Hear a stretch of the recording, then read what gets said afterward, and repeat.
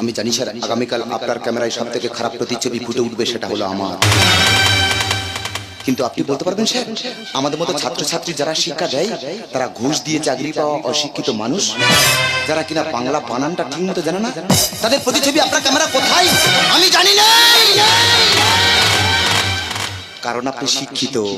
শিক্ষিত যদি ঠিককে ঠিক আর ভুলকে ভুল বলার সাহস আপনার না থাকে, তাহলে আপনার সমস্ত শিক্ষা যে মিথ্যা স্যার, আপনার সমস্ত শিক্ষা যে মিথ্যা।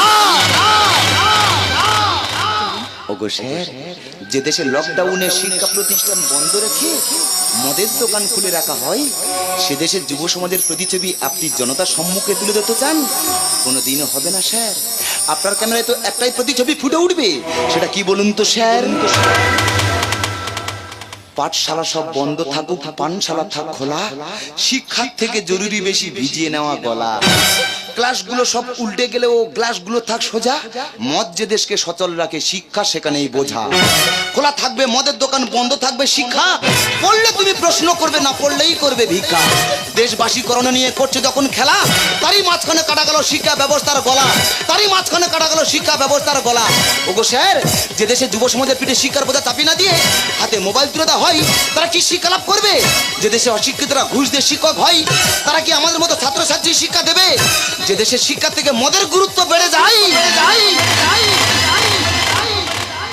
সে দেশে যুব সমাজের ভবিষ্যৎ অনিশ্চিত অন্ধকারে ডুবে যাবে না তো কি শিক্ষার আলোয় আলোকিত হবে? কোনোদিন হবে না।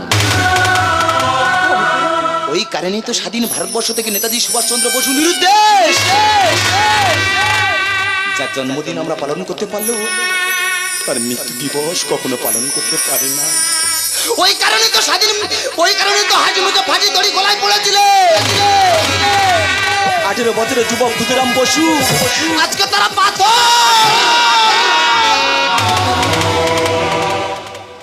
কারণ তাদের স্বপ্ন ছিল স্বাধীনতা, তাদের প্রেম ছিল শিক্ষা, তাদের গন্তব্য ছিল স্বাধীন ভারত।